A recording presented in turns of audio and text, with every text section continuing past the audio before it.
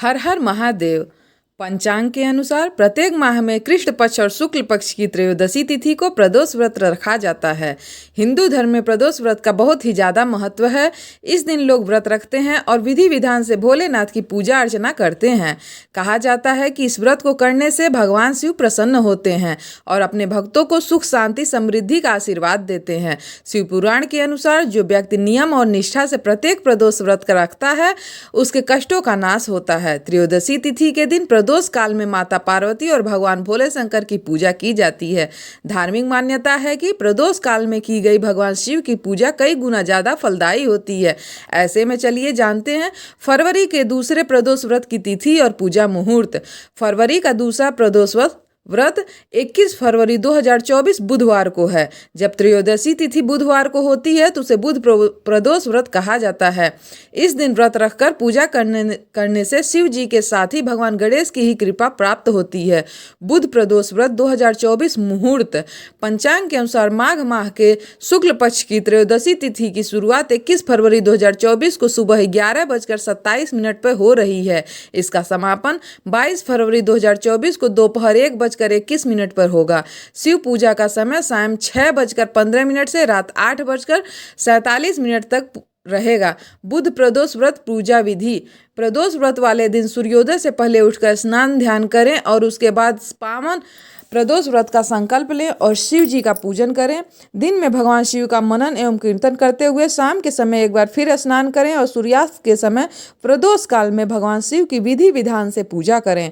इस दिन कुश के आसन पर उत्तर पूर्व की दिशा में बैठकर भगवान शिव की पूजा करनी चाहिए। इसके बाद प्रदोष व्रत की कथा सुने या फिर आप पढ़ सकते हैं। कहा जाता है कि प्रदोष व्रत वाले दिन भगवान शंकर की पूजा में ओम नमः शिवाय मंत्र का माला जप करने पर विशेष फल मिलता है। इसलिए जलाभिषेक के साथ ही ओम नमः शिवाय का जाप भी करते रहें। इसके बाद भगवान शिव की बेलपत्र, गंगा जल, अक्षत, धूप, दीप आदि से पूजा करें। प्रदोष व्रत का महत्व क्या है? बुध प्रदोष व्रत करने से शिव जी की कृपा प्राप्त होती है। साथ ही बुध ग्रह को भी मजबूती मिलती है। कहा जाता है जिन दंपतियों को संतान रथ की प्राप्ति करनी हो उन्हें बुध प्रदोष व्रत जरूर करना चाहिए। इस दिन प्रदोष काल में की गई शिव साधना संतान को हर संकट से बचाती है। बुध प्रदोष व्रत के दिन बच्चों की समृद्धि के लिए सुबह और शाम के समय भगवान गणेश के सामने हरी इलायची अर्पित करें और 27 बार ओम बुद्ध प्रदाय नमः मंत्र का जाप करें। आइए कथा सुनते हैं। प्राचीन काल की कथा है। एक पुरुष का नया नया विवाह हुआ था। वह गौने के बाद दूसरी बार अपनी पत्नी को लिवाने के लिए अपने ससुराल पहुंचा और उसने सास से कहा बुधवार के दिन ही पत्नी को लेकर अपने नगर जाएगा।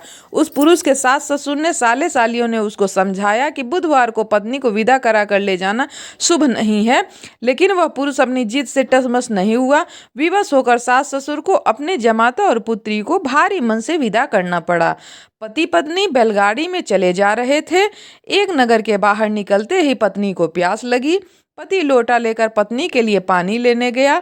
जब वह पानी लेकर लौटा तो उसने क्रोध और आश्चर्य की सीमा बहुत ज्यादा हो गई, क्योंकि उसकी पत्नी किसी अन्य पुरुष के लिए लाए हुए लोटे में पानी पीकर हंस हंस कर बातें कर रही थी।